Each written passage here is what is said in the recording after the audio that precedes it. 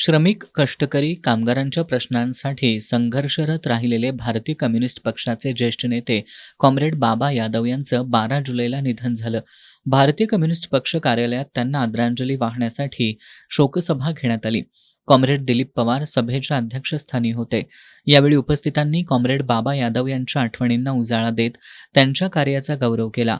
यावेळी बोलताना कॉम्रेड दिलीप पवार यांनी कॉम्रेड गोविंद पानसरे यांच्या मार्गदर्शनाखाली कॉम्रेड बाबा यादव यांनी शेतमजूर, सेवा सोसायटी सचिव अशा असंघटित कामगारांच्या हक्कासाठी आयुष्यभर संघर्ष केला.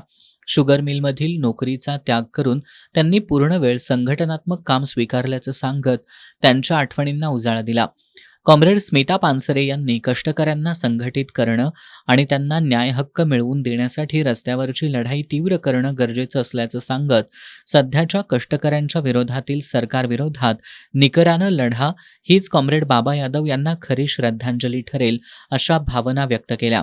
कॉम्रेड सतीशचंद्र कांबळे यांनी कॉम्रेड बाबा यादव यांच्या नेतृत्वाखाली हजारो शेतमजूर, कामगार संघटित झाले. त्यांनीच कोल्हापूर जिल्हा आरोग्य परिचारांच्या संघटनेची स्थापना केली. आत्ताच्या काळात या संघटना वाढवून त्यांना बळ देण्याची गरज व्यक्त केली. कॉम्रेड रघुनाथ कांबळे यांनी कॉम्रेड गोविंद पानसरे यांच्या मार्गदर्शनामुळे तरुणपणी बाबा यादव यांनी खांद्यावर घेतलेला लाल झेंडा आयुष्यभर अभिमानानं मिरवला. ते आंदोलनात अगदी आपल्या सोप्या भाषेमध्ये अधिकाऱ्यांना कामगारांच्या प्रश्नांसंदर्भात समजून सांगत आणि तो सोडवल्यानंतरच त्या ठिकाणाहून उठत असत असं सांगून त्यांच्या जाण्यानं डाव्या चळवळीत मोठी पोकळी निर्माण झाल्याची भावना व्यक्त केली.